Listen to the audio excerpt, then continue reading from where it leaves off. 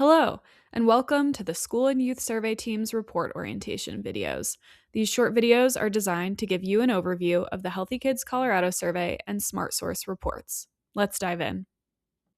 The School Frequency Report includes the results for all health behavior questions asked on the Healthy Kids Colorado survey, stratified by or broken out by different demographic categories depending on school size. When you open the report, one of the first things you'll notice is the tabs across the bottom. This Excel format makes it easier for schools and districts to use the data to create visuals and presentations or to perform further analysis. All school frequency reports contain the first two tabs entitled Background and Demographics, and for the smallest schools, the next and final tab is entitled Report. For larger schools, instead of the Report tab, there will be additional tabs with results by demographic stratifications, such as by gender and by grade. In 2025, these stratifications were updated to include tabs for BIPOC, an acronym for Black, Indigenous, and People of Color, and LGBTQ, an acronym for lesbian, gay, bisexual, transgender, and queer or questioning. You can see these stratifications in the tabs pictured here. Not all reports include all stratification categories.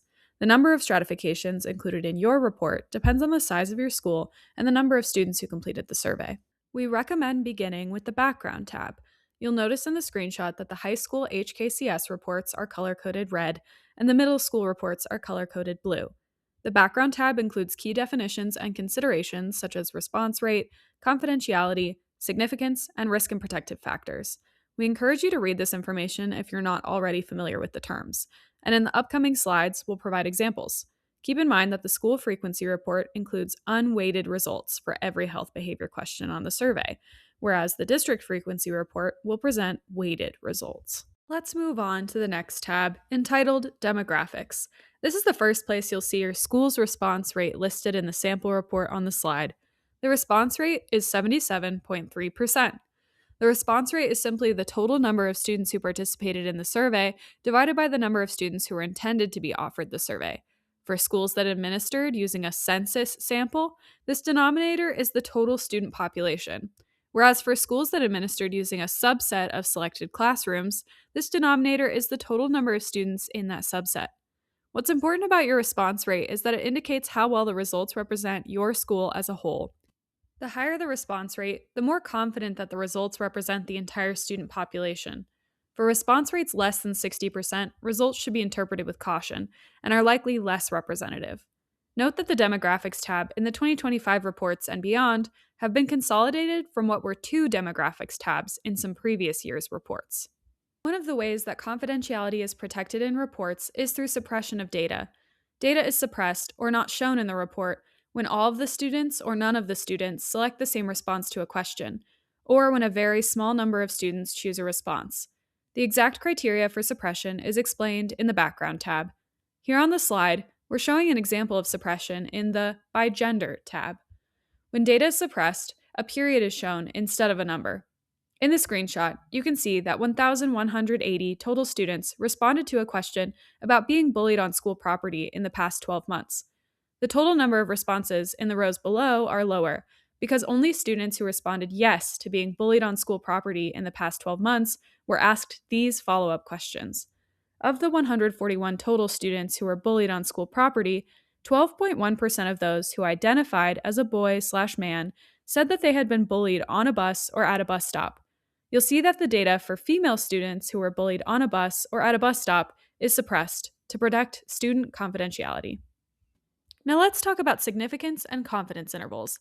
These concepts come into play when we compare results, for example, between genders for the same health behavior question, or between years for a health behavior your school is tracking for long-term evaluation purposes.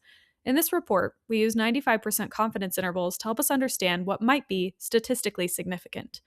Take a look at the screenshot for an example, comparing the percentage of students who agree or strongly agree that their stress level is manageable most days, male and female. You'll see that the confidence interval for the result for females extends from 51.0 to 59.1%, and the confidence interval for males extends from 68.6 to 75.8%. Because these ranges do not overlap, there is high confidence that the results are different.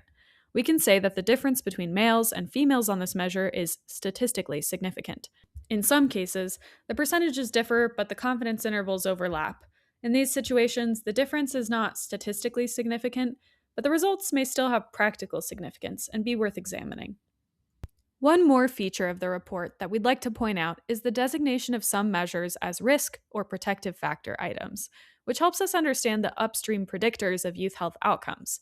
You can read a definition and additional information on risk and protective factors at the bottom of the background tab, and the items themselves are identified within the results tabs by an entry in the risk or protective factor column, like you see here.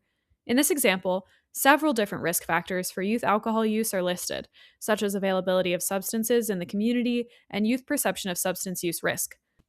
Keep in mind that the individual health measure in each row only represents one item that could be calculated with other items to determine the level that the risk or protective factor is present in your community. We're so glad you joined us for this video. If you have any additional questions about the Healthy Kids Colorado survey, school frequency report, or any questions about our surveys, please reach out.